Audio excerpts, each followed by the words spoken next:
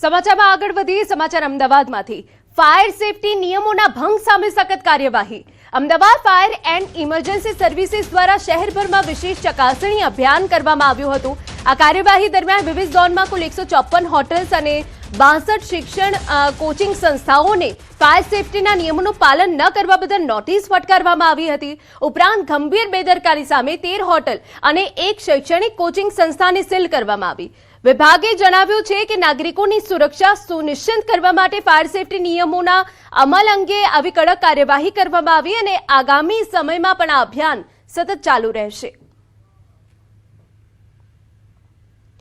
સમાચાર સુરતમાંથી ડીઆરઆઈ દ્વારા ₹20 કરોડના ડ્રગ્સ પકડાવાના કેસમાં આરોપી ફૈઝલને 14 દિવસીય જ્યુડિશિયલ કસ્ટડીમાં મોકલવામાં આવ્યો તપાસ દરમિયાન ફૈઝલનો પાસપોર્ટ જપ્ત કરવામાં આવ્યો અને સામે આવ્યું છે કે તે અગાઉ બાંગ્લાદેશ તથા અફઘાનિસ્તાન સહિત 3 દેશોની મુલાકાત લઈ ચૂક્યો છે આરોપીને આજે કોર્ટમાં રજૂ કરવામાં આવ્યો હતો જ્યાં કોર્ટે તેને 14 દિવસીય જ્યુડિશિયલ કસ્ટડીમાં મોકલવાનો આદેશ કર્યો છે તપાસ એજન્સીએ જણાવ્યું છે કે જરૂર પડશે તો આગળ વધુ રિમાન્ડની માંગ કરવામાં આવશે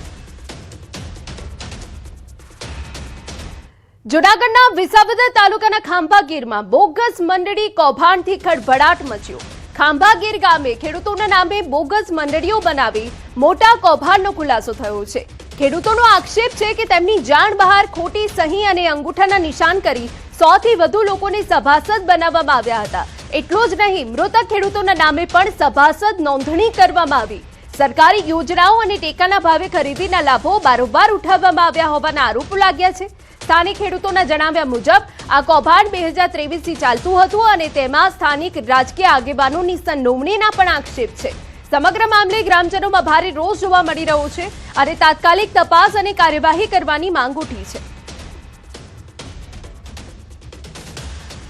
પૈસા વગેરેના અમારા મંડળીમાં નામ આવી ગયા છે તો આની યોગ્ય તપાસ કરાવે કે હું કરાવું ભાઈ તમે પેલા જે લોકોએ મંડળી બનાવી એની પાસે જાઓ અને એની પાસેથી માર્ગદર્શન લ્યો અને હું કહેવા માગે છે તો બધા ખેડૂતોનું એવું કહેવું છે કે અમને પૂછ્યા વગરની મંડળી બનાવી છે તો મારે મીડિયાના માધ્યમથી કહેવું છે કે આની યોગ્યમાં યોગ્ય તપાસ થાય અને તાત્કાલિક આનો નિર્ણય આવે અને આ મંડળી રચવામાં કોઈ ખેડૂતોને આજે જાણ કરવામાં આવેલ નથી અને અંધારામાં રાખીને આ કાર્ય કર્યું છે આ લોકોએ અને આ બાબતમાં અમને સપોર્ટ કરે સરકાર અને અમને ન્યાય અપાવે કેટલી મંડળી હતી ટોટલ 7 મંડળીના નામ ડિક્લેર થયા છે પણ એમાંથી 5ની અમને જાણ થઈ છે પોતાનું માંડ વિલોવિલ બધું કાર્ય કરતા હોય છે ઘર કામ હકાવતા હોય છે એવા લોકોને અત્યારે બધાને ટેન્શનવાળી વાત કહેવાય સમાચારમાં આગળ વધીએ તો ગીર સોમનાથમાં ફૂડ પોઈઝનિંગની આશંકા રાજસ્થાનથી આવેલા પ્રવાસી બાળકોની તબિયત લથડી 9 બાળકોની તબિયત લથડતા સારવાર અર્થે ખસેડાયા પ્રભાસ પાટણ સામૂહિક આરોગ્ય કેન્દ્રમાં સારવાર હેઠળ ખસેડવામાં આવ્યા સારવાર બાદ બાળકોની તબિયતમાં સુધારો છે મહત્વનું છે કે સોમનાથ દર્શને આવેલા રાજસ્થાનના જયપુરના 9 બાળકોની તબિયત લથડતા સારવાર અર્થે ખસેડાયા શ્રી સોમનાથ સ્વદેશી હાટમાં ખાનગી ખાણીપીણીના સ્ટોલ પર ફૂડ આરોગ્ય બાદ બાળકોને પેટમાં દુખાવો ઉલટી અને ઉબકાની ફરિયાદ દરમિયાન પ્રભાસ પાટણ સામૂહિક આરોગ્ય કેન્દ્રમાં ખસેડવામાં આવ્યા હાલ તમામ બાળકોની જે તબિયત છે એ સુધારા પર છે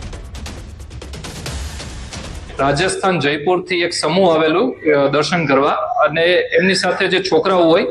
એ પેટમાં દુખાવો ઉલટી ઉપકા એવી ટાઈપની કમ્પ્લેન્ટ સાથે અમારે અહીંયા ઇમરજન્સીમાં રિપોર્ટ કરેલો એમાંથી 9 બાળકોને આપણે દાખલ કરવા પડે અને એને તાત્કાલિક આપણે જે એના લક્ષણો હતા એ મુજબ બધી સારવાર આપી અને એને ત્વરિત સેવા આપેલ છે कि वहाँ पे जो आसपास में जो दुकानें बनी हुई है वहाँ पे कई बार क्या है कि लोग बाग क्या पुराना रख देते हैं रात का भी बचा हुआ है या कैसे भी तो क्या गर्मी का मौसम है तो इन चीजों को ध्यान रखना चाहिए कि भाई हम ताजा और स्वच्छ चीज खिलाएं ताकि बाहर से आने वाले अनजान आदमी है उनको कभी भी ऐसी दिक्कतों का सामना नहीं करना पड़े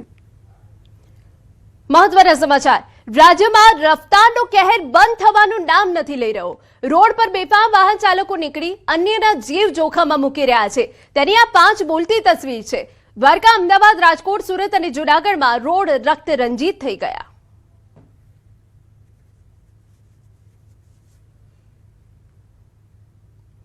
અમરેલીમાં યુવાનને ફાડી ખાનાર સિંહોને આજીવન કેદની સજા રાજુલાના કોવાયા ગામે યુવક પર હુમલો કરનાર સિંહોની સજા આજીવન સક્કરબાગ ઝૂ ખાતે રાખવામાં આવશે. પકડાયેલ સિંહોને માનવ વસાહત વચ્ચે નહીં મુકાય. 4 સિંહોએ માનવ માંસ આરોગ્યું હોવાનો રિપોર્ટમાં ખુલાસો થયો છે. માનવ માંસ ખાતા સિંહોને સજા અપાઈ છે. વન વિભાગ દ્વારા 4 સિંહને પાંજરે પૂર્યા. સેમ્પલ સાસણ ખાતે મોકલાયા.